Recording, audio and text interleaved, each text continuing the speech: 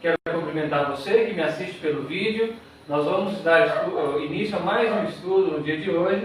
Hoje vamos falar de Apocalipse 12.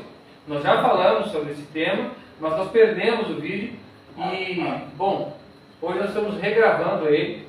E também, certamente, Deus tem algo para falar conosco através desse estudo, né? Não é à toa que nós estamos falando sobre ele de novo. Talvez aquele que não escutou, não teve a oportunidade de escutar aquela vez, vai ter hoje, né? Esta é uma mensagem especial para a igreja do Senhor nesse tempo.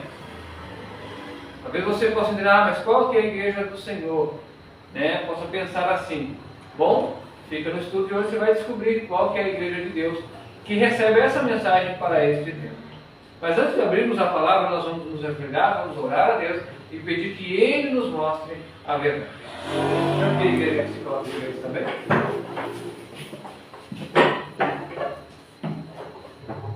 Eterno Deus, soberano Pai, nós queremos te louvar e agradecer, Senhor, porque tens nos amado e tens nos cuidado até aqui, nos sustido, Senhor, e tens nos dado, Senhor, a tua graça e o teu favor, e tens mostrado o teu amor para conosco. Amém. Nós queremos te agradecer, Senhor, e te pedir que o Senhor possa falar aos nossos corações nessa noite, também aos corações daqueles que estão nos ouvindo e nos vendo pelo vídeo.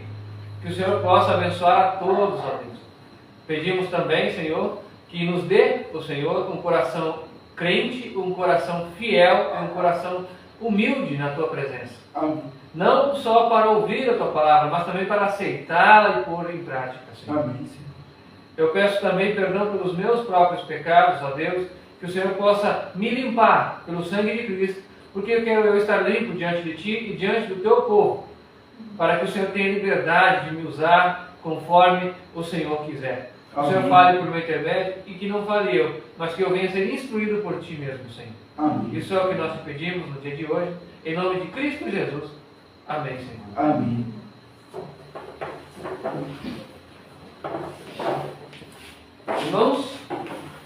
Irmãos, à medida que o tempo passa, nós vamos entendendo que a vida cristã não é só virmos à igreja, né, participarmos dos cultos, mas termos uma vida realmente transformada por Cristo, vitória sobre o pecado, mudanças nas nossas vidas para melhor, né? Mudança na vida daqueles que nós amamos.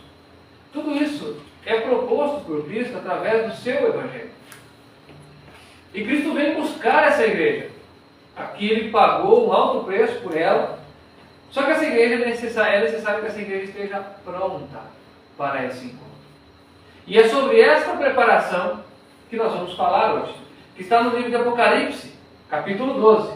Né? Vamos ler, eu vou ler o texto, eu vou ir lendo, não vou fazer como faço normalmente, ler todo o texto e aí interpretar todo ele. Eu vou ler e vou interpretando. Por quê? Nós não vamos falar sobre todo o texto hoje, pois seria muita informação e aí não seria produtivo para nós. Mas nós vamos ler e vamos já interpretando, né? Quem não assistiu o primeiro estudo da série, lá no início, eu aconselho que depois que terminar esse vídeo, possa tirar o tempo e assistir, ou em outro dia possa assistir. Está no Facebook, está no meu perfil, tá bom? Se alguém quiser, pode pedir aí, depois no chat aí a gente coloca o link, tá? Bom, Apocalipse capítulo 12, vou iniciar a leitura e já vamos interpretando, né? Vamos procurar dar as evidências bíblicas hoje, no entanto, algumas delas nós vamos dar como matéria dada, nós não vamos explicar tudo, porque assim coisa que já foi estudada, então nós temos que tratar como matéria dada e aí para a gente poder avançar. Senão a gente demora aqui 1 hora e não consegue extrair do texto aquilo que realmente é importante para nós. Porque o estudo da profecia, ele não deve ser para saciar a curiosidade de ninguém. Eu quero saber do futuro, eu quero saber mais que o meu irmão, né? O que acontece? A pessoa estuda não só para chegar na igreja e depois, não, olha que eu descobri na palavra aqui, ó. Não vai ter benefício nenhum. O benefício é quando nós entendemos o propósito da profecia na vida do cristão. Bom, irmãos, verso 1 diz assim: viu-se um grande sinal no céu e uma mulher vestida do sol, tendo a lua debaixo dos pés e uma coroa de 12 estrelas sobre a cabeça. Vamos explicar o primeiro verso. Tá? Vou pedir que uma abra aqui para nós o Apocalipse ilustrado, por favor. A visão do profeta foi isso aqui. Ó. Veja bem, ela está num cenário, tá? Esse cenário aqui ele foi desenhado porque ele viu a mulher no céu. Né? E todo o ambiente do Apocalipse, ou boa parte dele, se passa dentro desse compartimento aqui. Tá? Esse aqui é o compartimento santíssimo, né? Se eu não me engano. Esse é o santíssimo. O santuário do céu, assim como o da terra, ele era dividido em dois compartimentos. O lugar santo e o santíssimo. O santíssimo é onde está o trono da majestade, o trono de Deus. Então, boa parte do Apocalipse, a partir do capítulo 5, se eu não me engano, se passa dentro desse cômodo, né, do templo. Bom, vamos lá. Isso aqui é o que o profeta viu. Uma mulher, e essa mulher vestida do sol, né? Pode baixar um pouquinho, meu irmão? Eu acho que aqui, para a gente ver a lua, né? Com a lua debaixo dos pés. Ali dá para ver, ó, a lua embaixo dos pés da mulher. Isso é um símbolo, tá? Isso tem um significado por trás disso. Nenhuma mulher pode se vestir de sol, porque ela não pode nem chegar perto do sol, que vai ficar queimada, né? Então, a expressão aqui é simbólica, tá? Bom, o que mulher representa na Bíblia? Isso é uma das coisas que nós já falamos várias vezes por aqui, então eu vou dar como matéria dada, vou ler apenas um texto para evidência. Vamos abrir no livro de Efésios, capítulo 5, verso 25.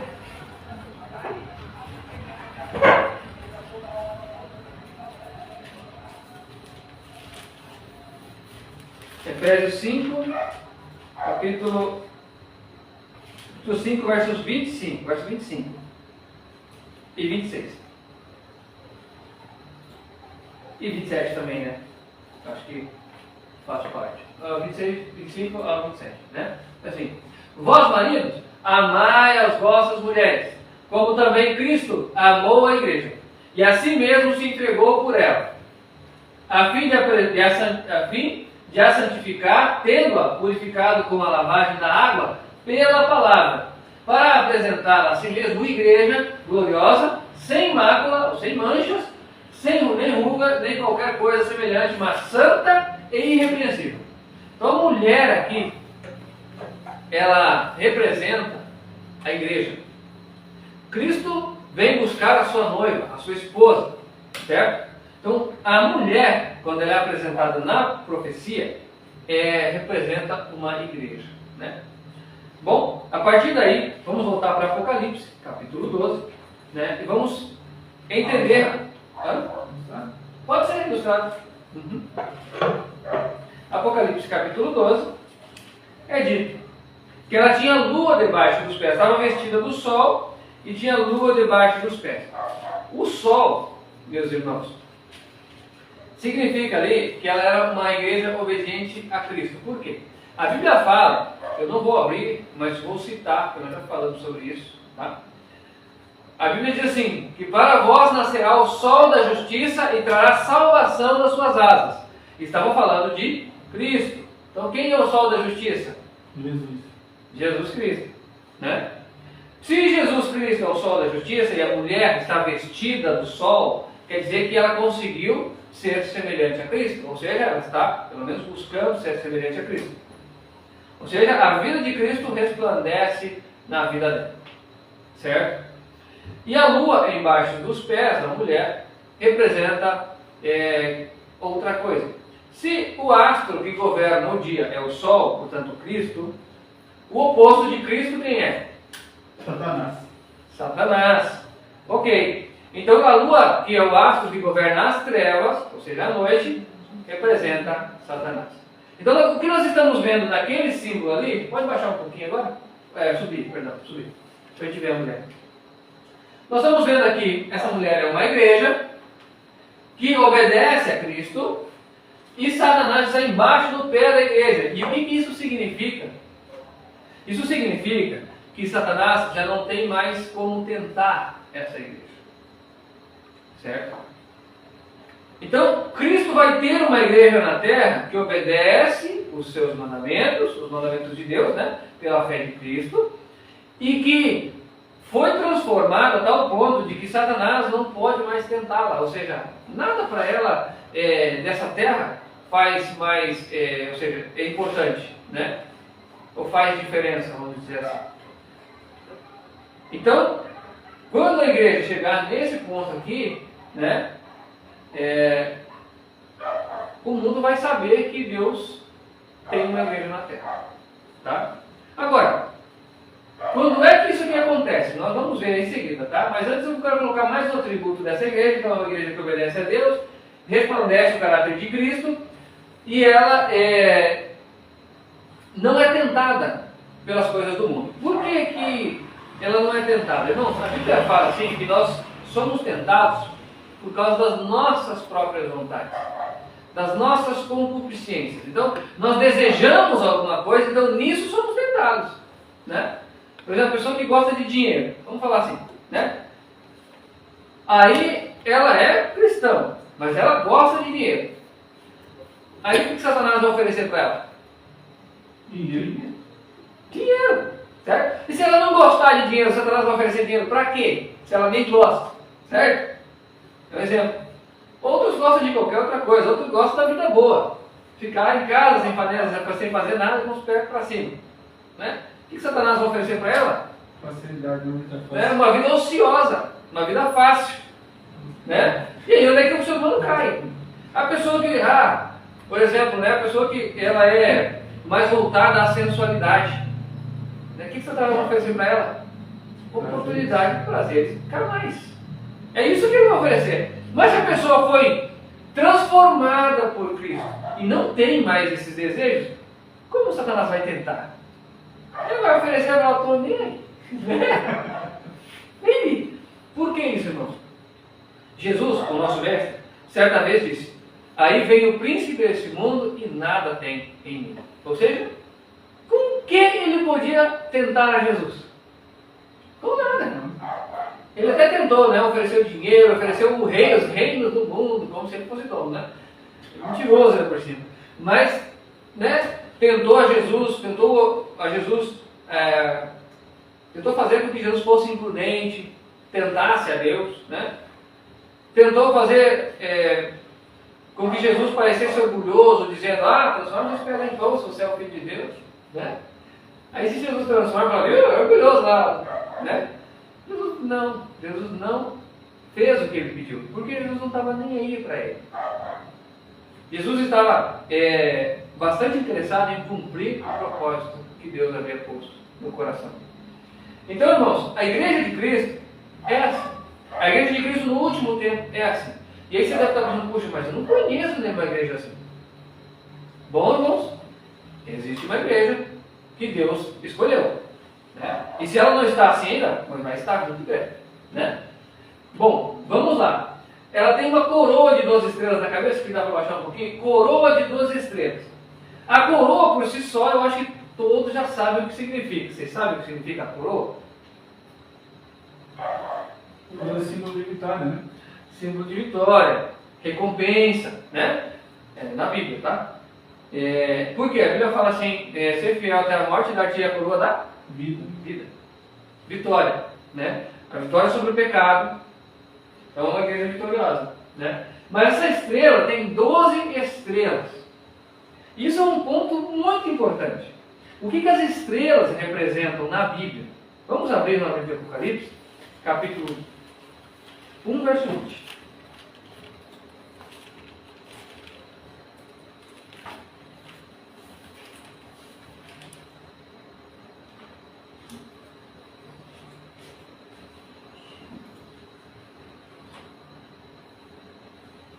O verso 25 diz assim: o mistério das 7 estrelas que viste na minha destra e dos 7 candeeiros de ouro. As 7 estrelas são os anjos das 7 igrejas. Até aqui, né? Então, as estrelas são os anjos das igrejas. Anjo, irmãos, significa mensageiro. Ela vem da palavra grega águilos, que significa mensageiro, tá? Então, por que tem 12 estrelas? Tem 12 mensageiros? Não. Não é isso, calma, né? A Bíblia nos ensina que os servos de Deus nascem todos eles como missionários, certo? Todo verdadeiro cristão ele nasce como missionário, certo? E também nós podemos entender uma coisa, tá? A igreja de Deus sempre foi dividida em 12. Vocês vão concordar comigo. A igreja ou seja, a igreja judaica, né? Vamos dizer assim, o povo de Israel era dividido em quantas tribos? 12. Os apóstolos de Jesus eram divididos em quantos? 12. E quando se tirava um desses, logo ele era substituído, certo? Porque tem que ser 12, tá? E a igreja de Cristo também é dividida em 12 grupos. 12 grupos de pessoas, né? E nós encontramos esse grupo de pessoas divididos em 12 no livro do Apocalipse também, no capítulo 7.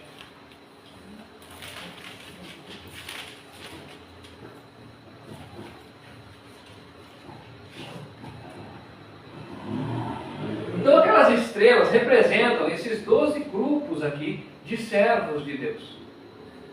E aí, nós começamos a entender, eu já vou ler, começamos a entender que dessa igreja formada, dessa igreja que obedece a Cristo, que reflete o caráter de Cristo, vai surgir um grupo, ou seja, 12 grupos de pessoas, né, tais como a igreja judaica e os discípulos de Jesus. Tá? Mas quais são estes grupos, esses 12 grupos de pessoas? Nós vamos ler aqui. Diz assim: depois dessas coisas, vi 4 anjos que estavam sobre os 4 cantos da terra, retendo os 4 ventos da terra, para que nenhum vento soprasse sobre a terra, nem sobre o mar, ou contra árvore alguma. E vi subir do lado do sol nascente, tendo o selo do Deus vivo, e clamou com poderosa voz, dizendo aos 4 anjos que estavam, a quem fora dado poder para danificar a terra, dizendo: não danifiqueis a terra, nem o mar, nem as árvores, até que tenhamos selado nas suas testas os servos do nosso Deus. E ouvi o número dos que foram selados, e eram 144.000 de todas as tribos de Israel. Vamos lá, meus irmãos. Aqui ele fala assim: olha, não façam dano à terra. Ventos, eu só gostaria de explicar aqui, né? Ventos representam as guerras, né? E a agitação das nações, tá? Os ventos representam isso. Não é estudo sobre isso, mas os ventos representam isso, tá? Então, quando ele fala que os anjos estão segurando os ventos, então, olha, a guerra não estourou aqui no nosso continente ainda, porque Deus não está permitindo, tá? A igreja de Deus tem que estar pronta primeiro. Depois disso, aí já era, né? É um monte que lute, né? É assim, porque não querem ouvir a voz de Deus. Mas vamos lá. É dito que até que sejam selados nas suas testas os servos do nosso Deus.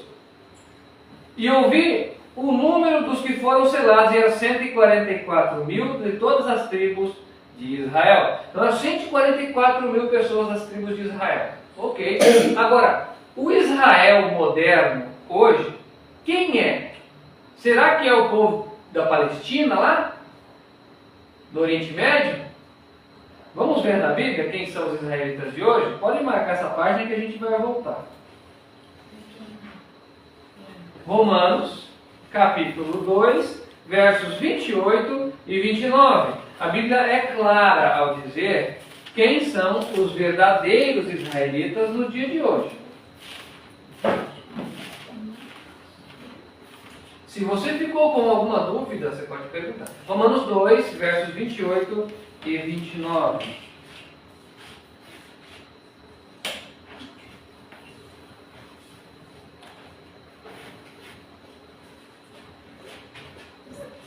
Aqui está, né?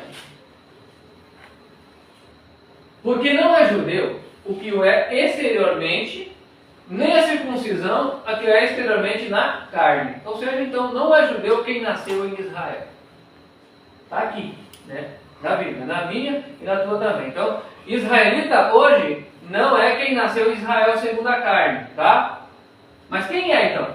Mas é judeu aquele que é no interior. Não, ou seja, que é interiormente, né? E a circuncisão é a do coração, no espírito e não na letra, cujo louvor não provém dos homens, mas de Deus. Ou seja, o verdadeiro judeu é quem teve o coração transformado. Só para os irmãos entenderem, né? Circuncisão era o ato de cortar um pedaço da carne, tá? E cortar um pedaço do prepúcio do homem, e aí isso ficava como um sinal da fé que ele tinha em Deus, tá? Então a circuncisão verdadeira não é essa hoje, mas aquele que teve o coração transformado, ou seja, Deus cortou as vontades da carne do coração do homem. Esse é o sentido, tá? Então, aqueles que tiveram o coração transformado por Deus pelo poder de Cristo, esse é o verdadeiro judeu. Portanto, nós que estamos aqui, e você que nos assiste, pode ser um judeu e inclusive um desses 144 mil.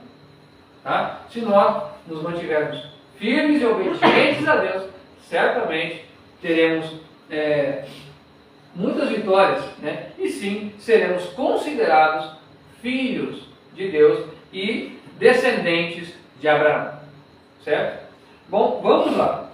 Vamos voltar para Apocalipse capítulo 7, onde nós estávamos lendo, para a gente definir, então, os grupos, né, que eu havia mencionado. Então, as 12 tribos de Israel, mencionadas no Apocalipse capítulo 7, não são as mesmas 12 tribos de Jacó, ok? Eu vou só ler alguns versos, não vou ler tudo. Se você tem interesse, leia em casa, porque senão o nosso estudo aqui fica macilento e não avançamos, né? Diz assim: da tribo de Judá, 12 mil foram selados. Da tribo de Rubem, 12 mil. De Gade, 12 mil. De Azer, 12 mil. Da tribo de Naphtali, 12 mil. E da tribo de Manassés, 12 mil. Então, irmãos, aqui ele vai falando, olha, 12 mil de cada tribo. Tá? Por que eu disse que não são as mesmas de Jacó? Porque aqui a Bíblia nos apresenta 12 tribos, mas falta uma das tribos de Israel, que é a tribo de Dan. Né? A tribo de Dan, ela não faz parte aqui desses 144 mil. Por quê? Bom, vamos entender isso. Nós encontramos aqui no lugar de Dan, Manassés, que é filho de José. Certo? Então, vamos abrir no livro de Gênesis, capítulo 49, e aí a gente vai entender isso aí. Como é então que se separa as tribos no Israel moderno, por exemplo? Né? Lá tinha os 12 filhos, né? Ok, a descendência, né, de cada filho. Verso 1. Só um? Não, vamos ler vários. Vamos ler até... Bom, vamos ler até o 8 por aí. Né? Aí já vai dar para a gente entender.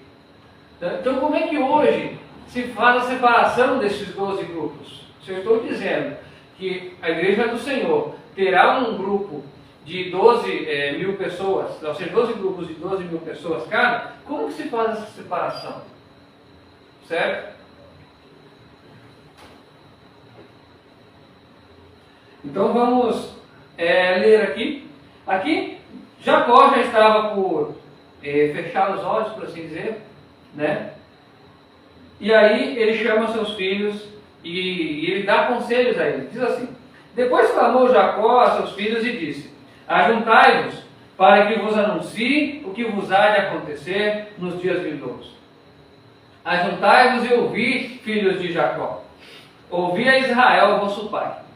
Aí aqui ele começa a falar de cada filho. Ele diz assim: Rubem, tu és o primogênito, minha força e as primícias do meu vigor, o mais excelente em alteza e o mais excelente em poder. Turbulento como as águas, não serás mais excelente, pois subiste ao leito de teu pai e subiste à minha cama e a desonraste. Então ele fala aqui do caráter que tinha o filho dele. do temperamento que tinha o filho dele. Aí Simeão ele diz assim: Simeão e Levi são irmãos, as suas espadas instrumentos de violência. Então nós estamos vendo aqui que esses Simeão e Levi já eram mais assim, bravos, né? Era como se fosse, por exemplo, João e Tiago, né? Os discípulos, os filhos do trovão. Aí já até tinha muita semelhança, né?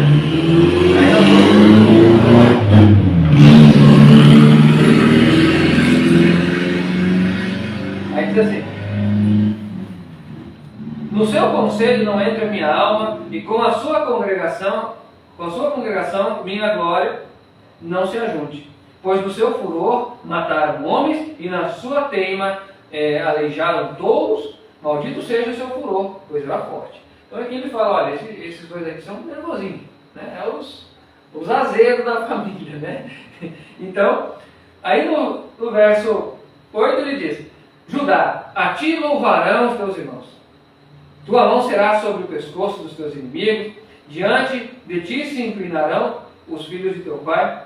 Judá, um leãozinho, subiste da presa, filho meu, encurva-se e deita como um leão, e como leoa, quem despertará? Então aqui já tinha um caráter mais político, né? Ele sabia lidar com as coisas, com as situações, por isso que ele governava, né? Então, cada um tinha um temperamento. Você vai ler, você pode até se identificar com algum deles. Então, cada filho de Israel tinha um temperamento, certo? Ao todo são 12 temperamentos. Nesse ponto, nós já começamos a entender uma coisa. Olha, a divisão que será feita na igreja é do Senhor, desses 12 grupos, ou seja, esses 12 grupos, né, de 12 mil cada um, serão a divisão dos temperamentos. Ou seja, serão 12 mil de cada temperamento. Ou seja, por que isso? Bom, eu vou explicar rapidamente, porque o estudo hoje não é sobre os 144 mil. Mas os 144 mil são pessoas que não hão de passar pela morte. Eles vão estar vivos quando Jesus voltar. Somente eles estarão vivos quando Jesus voltar, no sentido de não ter passado pela morte. Tá? Os outros vão ter ressuscitado, claro, né? No entanto, só eles não vão ter passado pela morte na volta de Cristo. Dos justos, né? Bom, claro, né? Fica óbvio, né? Dos justos, né? Os ímpios, eles não vão para o céu também. Então, estamos falando de pessoas que são... Mas bem lembrado, né? Às vezes tem pessoa que não... Tem alguém que, poxa, mas tá, e aí, né? Mas aqui nós estamos falando de pessoas justas, pessoas que obedecem os mandamentos de Deus e refletem o caráter de Cristo em si, tá? Pessoa ímpia, ela não vai ressuscitar na volta de Jesus, tá bom? Então, e se tiver vivo, vai morrer, né? Não vai para o céu, tá? Amém. Então, essas pessoas são pessoas que não vão passar pela morte. Eles terão uma experiência única, né? Que só eles mesmos podem saber. Mas isso não significa que a igreja do Senhor terá só 144 mil pessoas. Não é isso. Porque muitos dos seus membros hão de ser martirizados. A Bíblia mostra isso no 5º selo. Já falamos sobre o 5º selo. Procure o vídeo aí, e aí você consegue ver sobre o 4º e 5º selo, né? Você vai entender sobre essa questão. Mas vamos lá. Então, esses 144 mil pessoas, 12 mil pessoas de cada temperamento, serão pessoas que não vão passar pela morte. E eles vão sair da igreja que gerar Cristo em si, como uma mulher de Apocalipse capítulo 2. Até aqui deu para entender.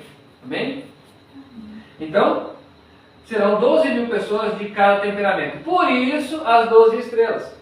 Tá? Então, aquelas estrelas representam os 12 grupos de servos do Senhor que hão, né, de surgir desta igreja. Aqui está ela, né?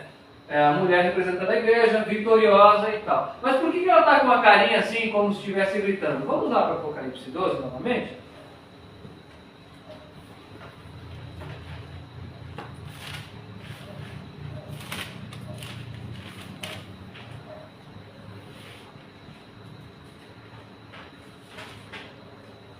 Apocalipse capítulo 12, no verso 2.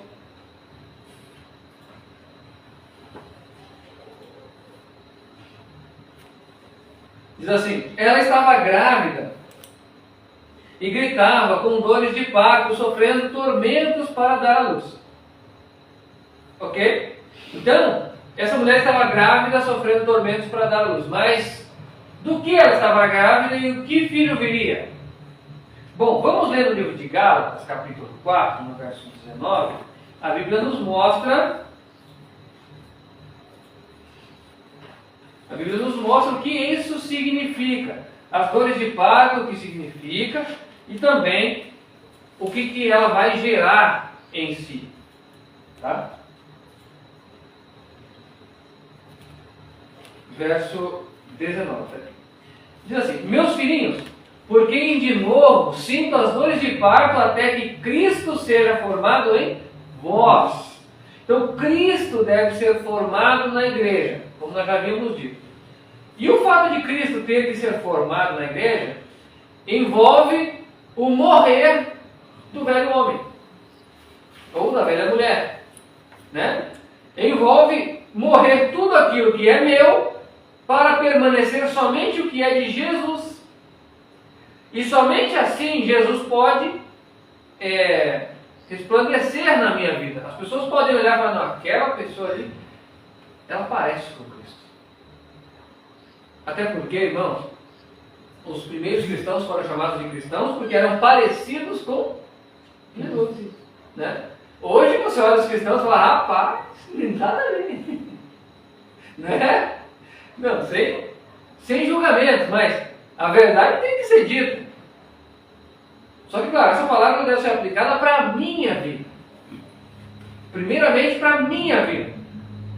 Não adianta eu olhar para o outro e falar: não, mas o outro. Mas primeiro, eu não parecido com Cristo? Eu ainda acho que não, precisa melhorar.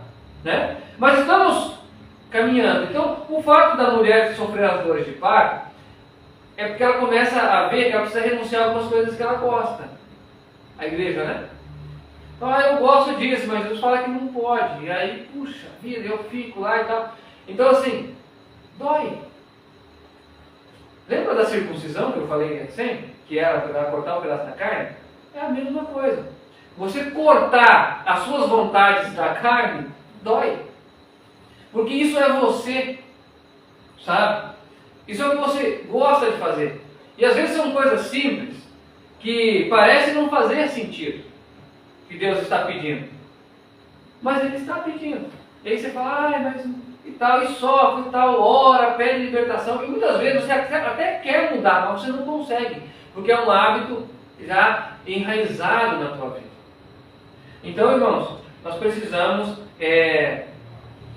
buscar matar o eu e resplandecer, ou seja, refletir Cristo nas nossas vidas. E então nós seremos esta igreja aqui. Agora, é possível que você e eu façamos parte dessa igreja? Bom, vamos avançar. E aí a gente já vai ver. Verso 3 é dito: viu-se também outro sinal no céu, um grande dragão vermelho que tinha 7 cabeças e 10 chifres, e sobre as suas cabeças 7 diademas. No livro do Apocalipse 17, nós encontramos um animal que tem 7 cabeças, correto? E o que são essas 7 cabeças? O que representa as 7 cabeças? Vamos ler?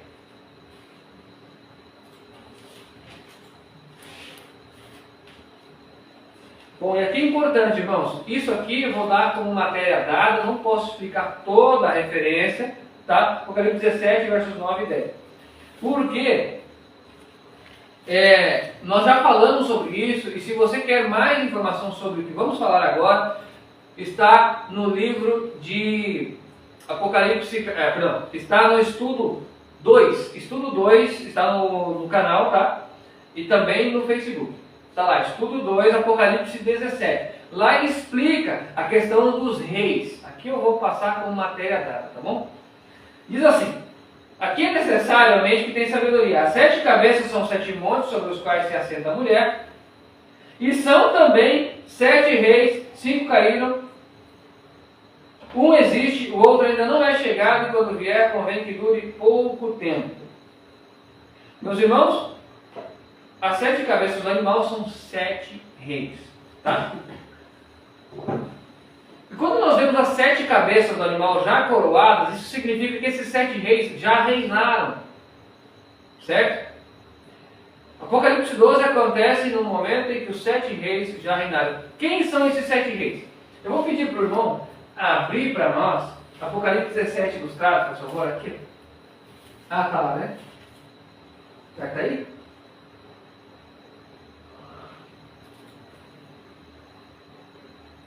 Vá, aqui, ó, pronto. É aí mesmo.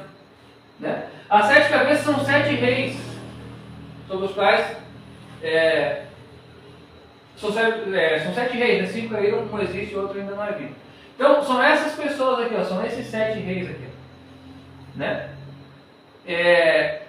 A partir de 1929, a partir do Tratado de Latrão, o Papa passou a ser um rei. Tá? Então, estava no poder Pio XI, sucedido por Pio XII, João XXIII, Paulo VI, João Paulo I, João Paulo II e Bento XVI.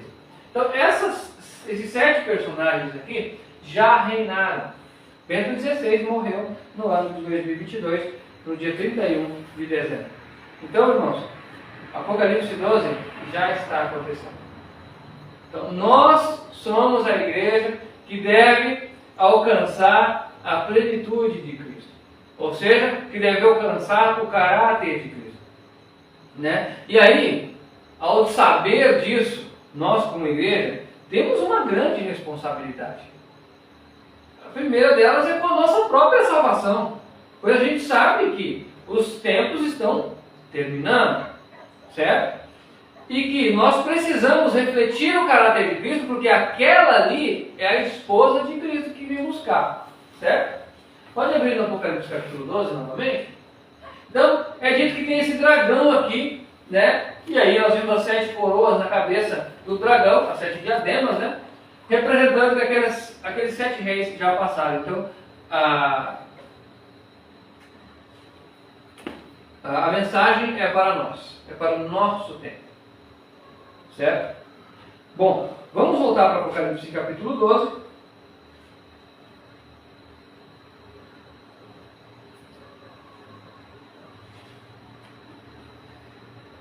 Aí é dito: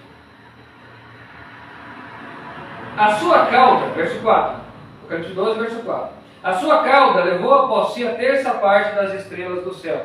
E o dragão parou diante da mulher, que estava prestes para dar à luz, para que, dando ela a luz, lhe devorasse o filho.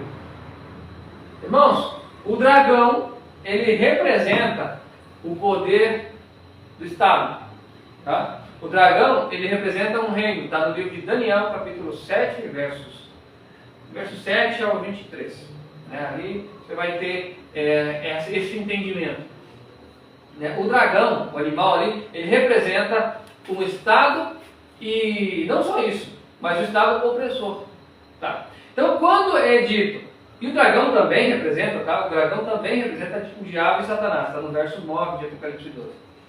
Então, assim, isso nos mostra o seguinte: nós, como igreja, quando estivermos nos assemelhando a Cristo, o diabo não vai estar satisfeito. Tá? Então, ele vai querer dar um jeito de destruir os servos de Deus. Como?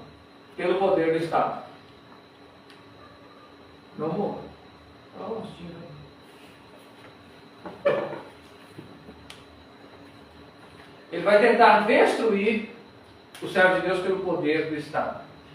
Por leis, através de leis. E você pensa que isso está longe? Bom, gostaria só de dizer que esse projeto de lei aí, para acabar com o 6x1, né? A jornada de trabalho 6x1, já é uma afronta ao Deus vivo. Não diz o 4º mandamento: 6 dias trabalharás, mas o 7º dia é o sábado do Senhor, e dia de descanso? Ou seja, Deus estabeleceu esse formato, essa forma de trabalhar, essa jornada. Mas os homens estão falando que está errado, tem que ser 4x3. Poxa, aí o Brasil quebra, né? Qualquer um quebra, né? Trabalhando 4 dias, 3 parados. Mas Deus estabeleceu. E o homem está falando que Deus está errado. Então você acha que está longe eles estabelecerem decretos contra o povo de Deus? Principalmente contra os guardadores do sábado? Não está longe. Tá? São coisas que nós estamos vendo já acontecer. E lembre-se que Deus está segurando os ventos até que a igreja fique pronta. Nós lemos no livro de Apocalipse capítulo 7. Tá? Então, Nós não teremos vida fácil no sentido de não sermos tentados. Satanás vai fazer de tudo. Inclusive, ele vai tentar criar decretos para tentar intimidar o povo de Deus. Sabe? Por exemplo, uma lei que poderia prejudicar gravemente o povo de Deus. Discurso de ódio. Discurso de ódio, eu não sei se já existe, mas eu sei que existia um projeto de lei ali, já não sei se foi feito a lei já ou não sei. Mas o fato é que o discurso de ódio, se ele for colocado como lei, e aí coloca-se lá, por exemplo, discurso de ódio é você não falar contra homossexuais. Então qualquer pastor que pregar contra homossexuais é preso. É simples. Eu não estou exagerando, gente. Né? É só você falar contra um dos ministros do STF que você já sabe onde você vai parar. Né? Não é assim que está acontecendo? A pessoa fala contra determinado juiz do STF e vai preso. E nem direito de advogado tem. E aí? Como é que fica? Né? Para isso se estender ao meio religioso não está longe. Tá? Então, eles colocam lá, olha, é proibido você denunciar as outras igrejas, falar mal das outras igrejas. É discurso de ódio. Pronto, não posso mais pregar a palavra. Bom, isso os homens dizem, né? O que Deus fala é outra coisa. Mas o fato é que não está longe, então nós não teremos vida fácil. No entanto, nós vamos ver o que acontece depois. É dito assim que Satanás levou após si a terça parte das estrelas do céu e lançou-las sobre a terra, ou por terra. Isso tem dois significados, mas nós vamos falar de um deles apenas, o mais importante para este momento. Nós não falamos que as estrelas são os anjos, e que os anjos, os mensageiros de Deus, são também os obreiros, os servos de Deus, os membros da igreja de Deus? Isso significa que muitos dos nossos hão de ser derivados por esses decretos. A pessoa vê que o decreto saiu, tal, ela fica intimidada e abandona a fé. Simples. Por isso nós precisamos orar para que não sejamos nós os que vão cair nessa tentativa do inimigo de barrar a igreja do Senhor. Acho que deu para entender até aqui, né? Amém? Então, vamos para Apocalipse 12 novamente, verso 5. E aqui vem a parte boa da história. Nós falamos que essa igreja é a igreja que vai refletir o caráter de Cristo em si. Certo? E ela diz aqui, e deu à luz a um filho que há de reger as nações com vara de ferro. Quem é que vai reger as nações com vara de ferro? Cristo. Jesus, né? Cristo. Então, irmãos, a mulher deu à luz, conseguiu. Então, irmãos, nós hoje, que estamos buscando obedecer os mandamentos do Senhor, pela fé no nosso Salvador, se nós nos mantivermos firmes, nós vamos chegar. Amém. Certo? Nós seremos a igreja que Deus vem buscar, porque ela disse assim, ela deu a luz a um filho que há de reger as nações com vara de ferro. E o seu filho foi arrebatado para Deus e para o seu trono. E a mulher fugiu para o deserto, onde já tinha lugar preparado por Deus, onde fosse alimentada durante 1260 dias. Ou seja, quando a Bíblia fala deserto, não está falando um deserto literal, tá bom? Porque o livro do Apocalipse é simbólico, tá? Então, quando ela fala deserto, ela está querendo dizer um lugar menos povoado. Por quê? Lá no livro de Apocalipse 17, a gente não vai ler, tá? Só vou citar, os irmãos podem ler em casa. Mas no livro de Apocalipse 17, no verso 15, ele é dito assim, as águas que viste, onde se assenta a prostituta, são povos, nações, multidões e línguas. Então, as águas representam várias nações, várias línguas e um lugar densamente povoado.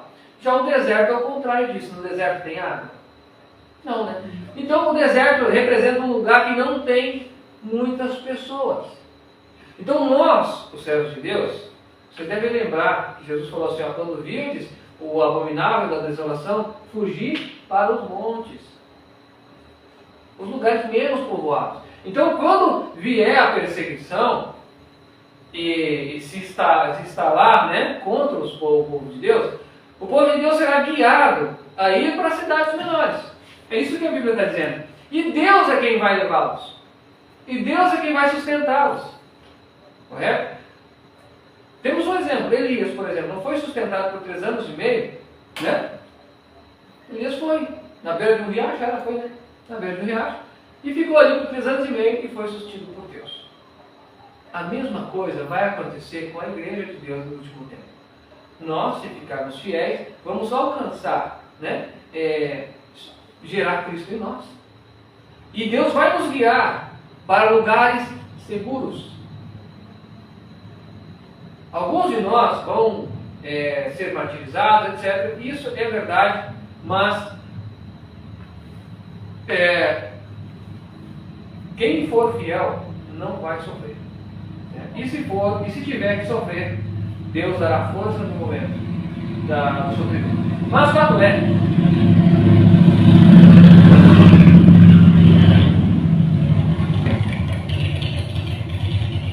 fato é, irmãos, que se nós nos mantivermos fiéis, Deus guardará. Deus guiará para lugares mais seguros. É o que a Bíblia nos diz aqui. Bom, até que deu para entender, meus irmãos. Acho que nós já estamos perto do fim do período, do tempo, né?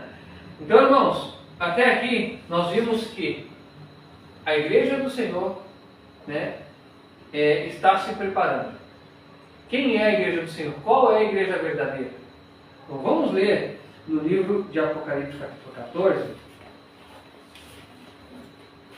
no verso 12. Diz assim: aqui está a perseverança dos santos. Aqui está a perseverança dos santos, daqueles que guardam os mandamentos de Deus e a fé em Jesus, ou a fé de Jesus. Então, Deus considera santo aquele que guarda os seus mandamentos. Então, você quer saber se você está na igreja verdadeira? Veja se a sua igreja guarda os 10 mandamentos. Pois se ela não guarda os 10 mandamentos, ela não é a igreja verdadeira.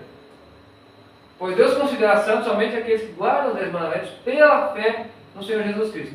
Ah, nós guardamos os 10 mandamentos, mas nós não cremos em Jesus. Então também está errado. Né? Nós só podemos guardar os mandamentos pela fé no Salvador. Certo? Então assim, esse é o verdadeiro atributo. E tem mais um atributo da igreja verdadeira, que é o testemunho de Cristo, o testemunho de Jesus. Diz assim: então lancei-me aos seus pés para adorá-lo, mas ele me disse: olha, não faças tal.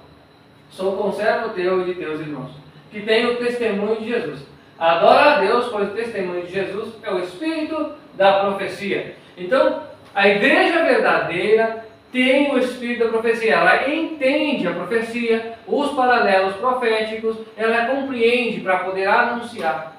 E Deus tem levantado na terra uma igreja que tem o testemunho de Cristo. É o ministério quarto, hoje a advertência final. Nós procuramos, pela fé no Salvador, obedecer os 10 mandamentos e ensinamos isso. Buscamos andar numa vida como Jesus pediu.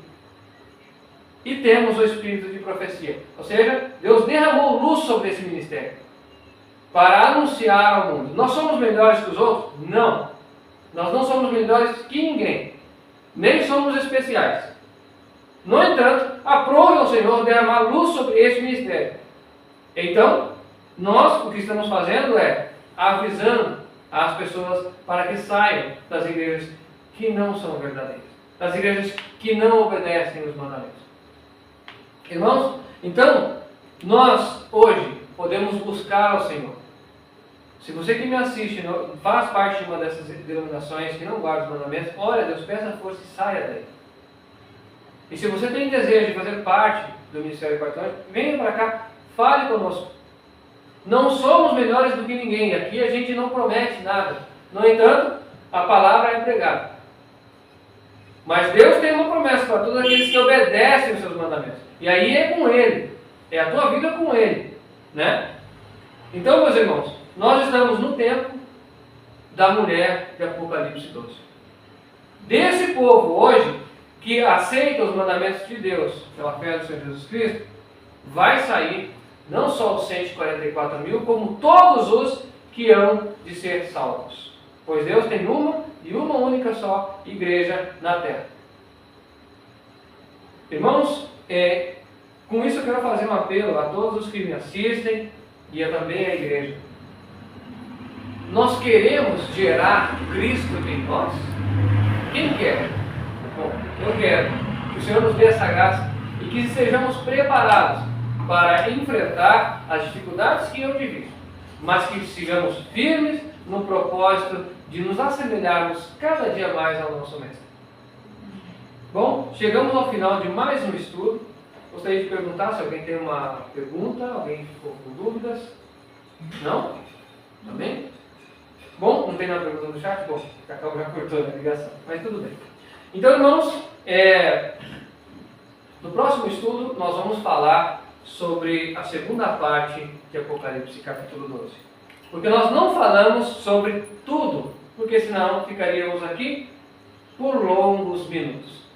E não é o propósito, tá? Então nós vamos falar da segunda parte do estudo, que é muito importante para entender os acontecimentos que estão acontecendo agora. Tá? Então se você vê hoje as guerras aí rodeando o Brasil, rodeando a América Latina, entenda que Deus está segurando os ventos para que a sua igreja esteja pronta. Mas em breve o Senhor terá uma igreja pronta na terra. E aí os eventos que estão preditos neste livro hão de acontecer e hão de assolar o mundo. Alguns despertarão, outros se firmarão ao lado do erro. E hoje nós podemos escolher de qual lado estaremos.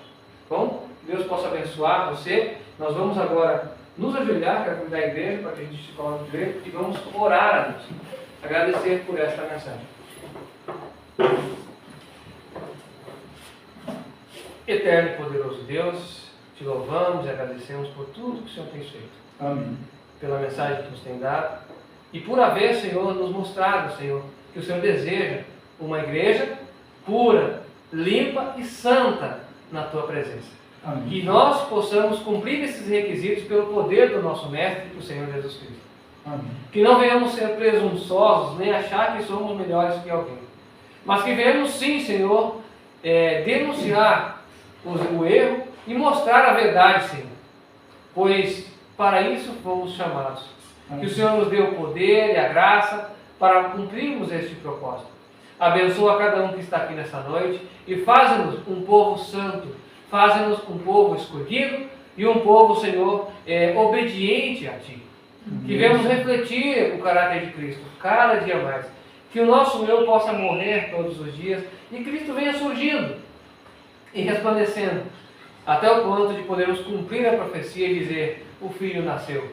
Amém. Que o Senhor possa nos dar esta graça e abençoar também a todos os que nos ouvem e nos veem pelo vídeo. Amém. Isso é o que nós pedimos, em nome de Cristo Jesus. Amém. Amém. Para você que nos assiste, nós chegamos ao final de mais um estudo e eu quero que o Senhor abençoe a tua vida, a tua família e lembre-se, se você tiver dúvidas, pode comentar. E se tiver interesse em ajudar a divulgar essa mensagem, você pode primeiramente compartilhar o vídeo, né? Mas você pode também entrar em contato conosco. Nós disponemos de folhetos que são virtuais e folhetos físicos também que são gratuitos. Você vai pagar somente o frete se for o folheto físico, você vai pagar apenas o frete para todo o Brasil. No entanto, se for um folheto virtual, ele é gratuito, tá?